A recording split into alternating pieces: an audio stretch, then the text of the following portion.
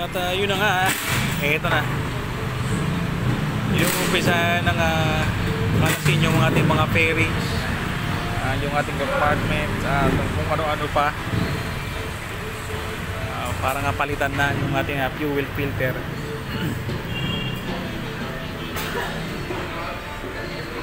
So nandito na sa second step na para i-diagnose yung malakas na pagbabawas ng ng langis. Kasi 500 odo pa lang andun na sa may kalahati. Kung bagong palit ka ng ng langis, doon sa sa tip naka-full siya. Full yung yung indicator ng langis. Pag 500 odo na ako, yun na, nasa kalahati na lang. So dapat hindi ganoon, malakas magbawas ng langis. So chinek natin yung yung CVT, yung mga o-ring doon. Wala tayong nakita kahit anong patak ng ng pagbasa ng langis sa block. Kahit sa semento, kinumagahan, chinek natin, wala naman patak ng mga langis. Doon sa may stator, 'di ba may o-ring din doon, wala rin, tuyong-tuyo siya, malinis. So ito yung second step. Pagkatapos doon sa first step, ito na sa fuel filter, papalitan natin. So I hope so, sana datapwat hindi tayo umabot sa malaking gastos, sa malaking trabaho, sa masakit sa bulsa. Dito mula tayo sa sa fuel filter. So obserba natin, mag-change oil tayo. Obserba natin sa 500 odo kung ganun pa rin. Dahil kung ganun pa rin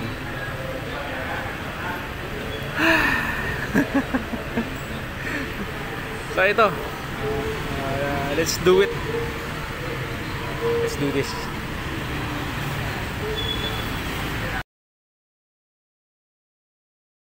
Dito sa video ito mga hermanos, pasensya na kahit kailangan kong i-redub itong video natin, gawa nga ng merong copyrighted songs na pinatutugtog dito yung shop.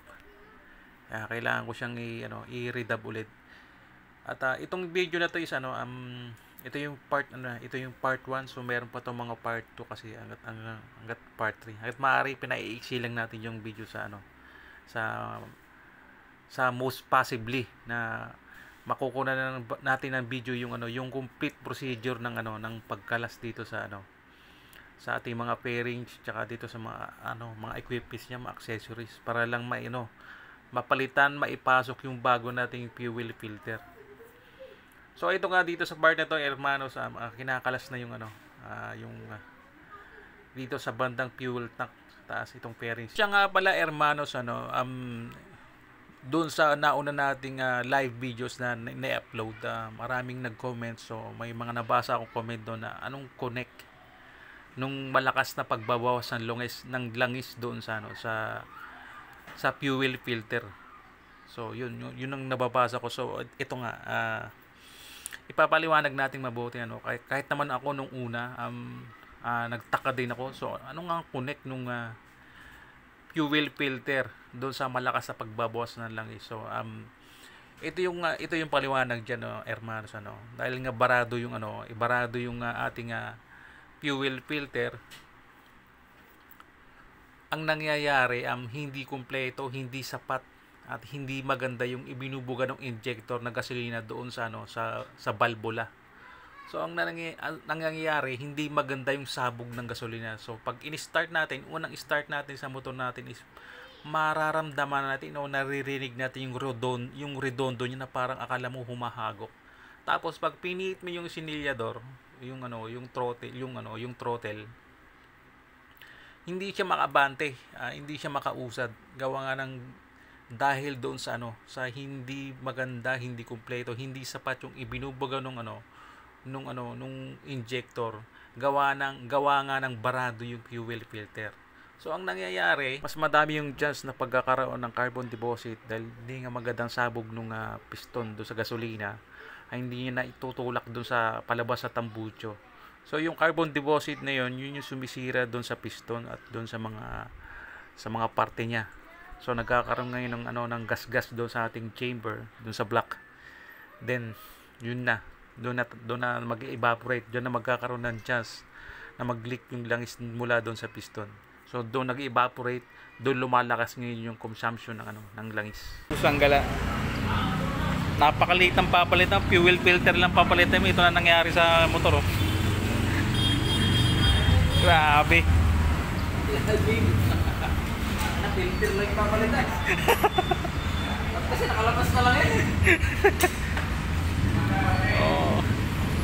Kaya yun, hermanos, ano, mga kaibigan, kung papalit kayo ng fuel filter, lala nyo ng panahon, oras. Kasi hindi talaga biro magpalit ng fuel filter ng RF5. Oh. Grabe, ang daming tinatastas.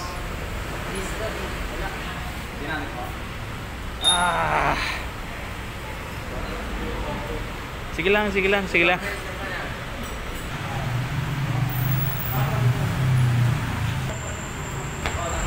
Tangke.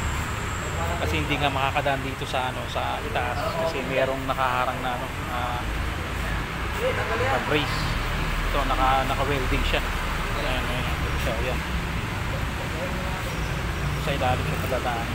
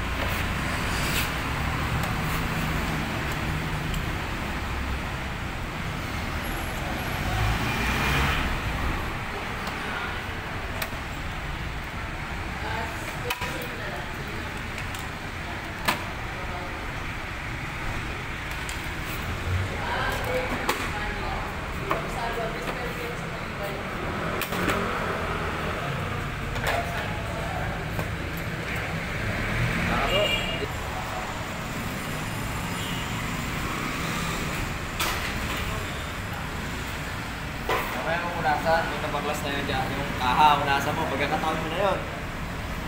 Malinis na yung body niya.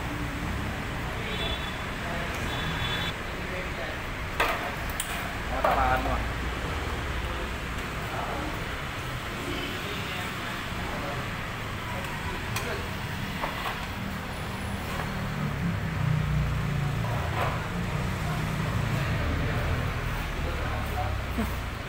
Fuel filter. Usang Filter lang galana. papalitan eh. Pinaklas lahat. Yan. Pwede lang itanggal lahat eh. Nangyari.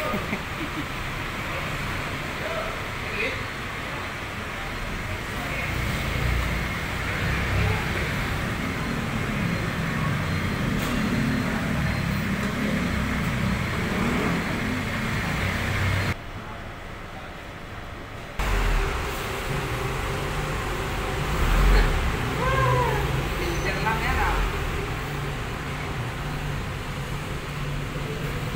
Mo mag Okay. Once siguro, gutom?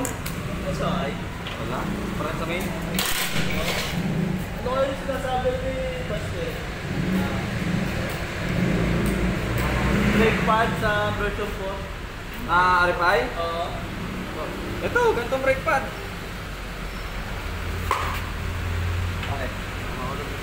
Ha? Tanggalin natin yung kaha eh. Kahit wala din. Nakikita pa rin natin dyan.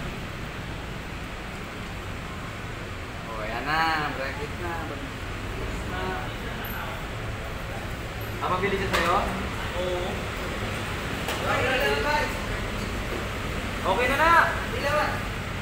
Ha? 1,070 mil lang?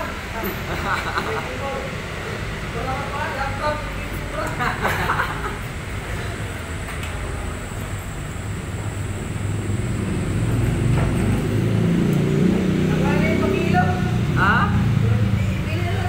Kaya punta ka tira. Sa plane lang, punta sa plane sa kompresor.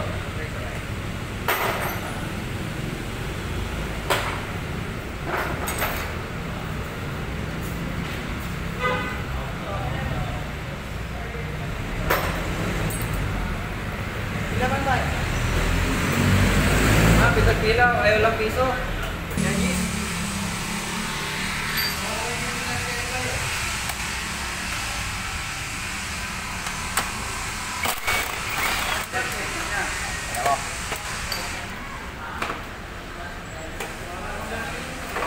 Uy! Putik!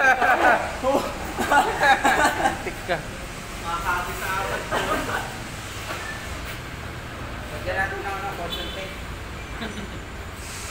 Apat naman yun. Anong kulay? Itim? Paintbrush. Hindi na pala. Pang ano ng dumi, paintbrush. Ah? Brush. Brush na lang. Toothbrush. Wala akong paintbrush dito. Wala. Ano na may brush doon? Pwede yun. Palgal. Hindi, makukita mo mag-moment. Tanggalin mo yan eh. Isin mo na lang. Marami ba itong gas? Marami itong gas? Nandiyan lang yan. Nasa ano yan? Nasa 5 liters, ganon? Hindi naman, bigat yan, 5 liters. Mga 5, 3. Pwede pala doon, okay. Hindi tayo paklasin. Kahit baba lang yan. Baka mahirapan tayo pagbalik eh, di ba? Ay, dyan lang, baba lang natin konti. Kasi maano naman eh. Mag-ilan na lang sa gilid. Silipin mo rin yung ano. Silipin mo rin yung tangke, baka madumi yung tangke. Ay, ganun talaga ang mangyayari. Oo. Dapat nga may dalang malaking salin natin yung gas eh. Para malinis lang yung sana. Baka isang baklasan lang oh. Dito na ilagay. Ang ina, 5 liters yung laman ng tangke mo eh. Ilan lang yan. Ilan yan? Yan sana yung malaking galon. Alam ko may galon dito si ano eh. Dami naman po.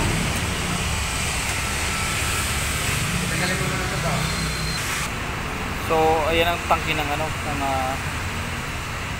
Uzi RFI 175. Nakalaki yun.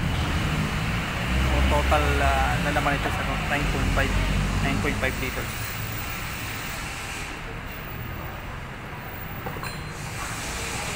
So, papalit ka lang ng fuel filter. So, ito nga, yan na nga ang senaryo dito. Ang dami na nakinalas. Napunta na sa head.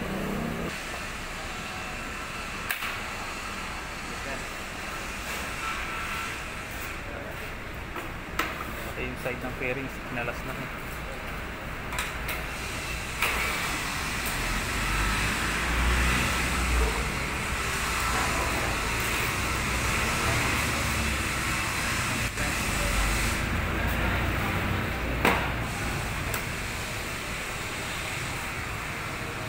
Silsilin natin. So ayan na, bumili rin tayo ng steel brush at paintbrush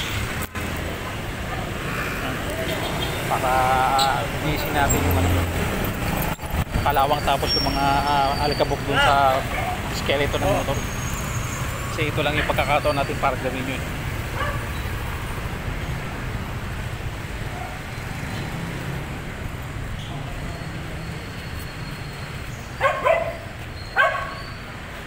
So ayun na nga, natanggal na rin yung ano, nailabas na yung tangke.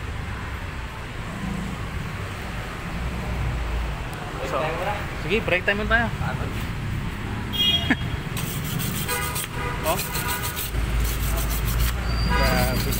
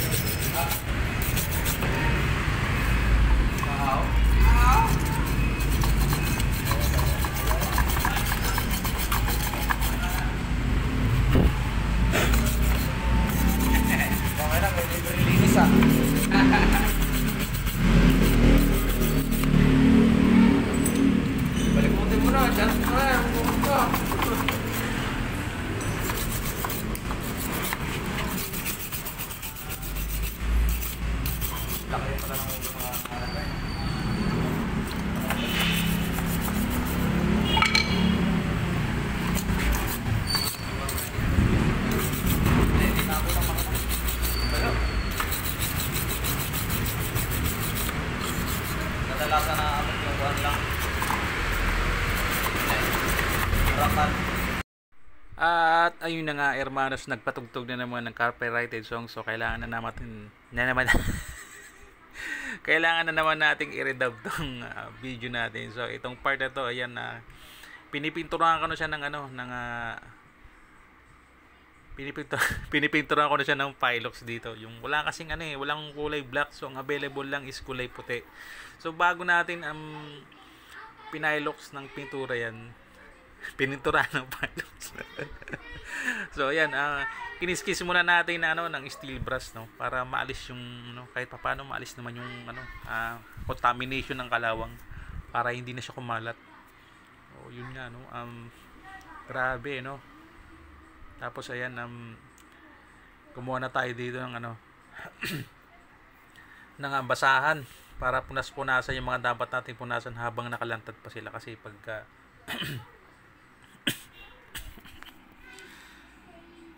ano ba nangyari? Sino ba nakakaalala sa amin? Siguro yung mekaniko. 300 lang kasi naibigay ko.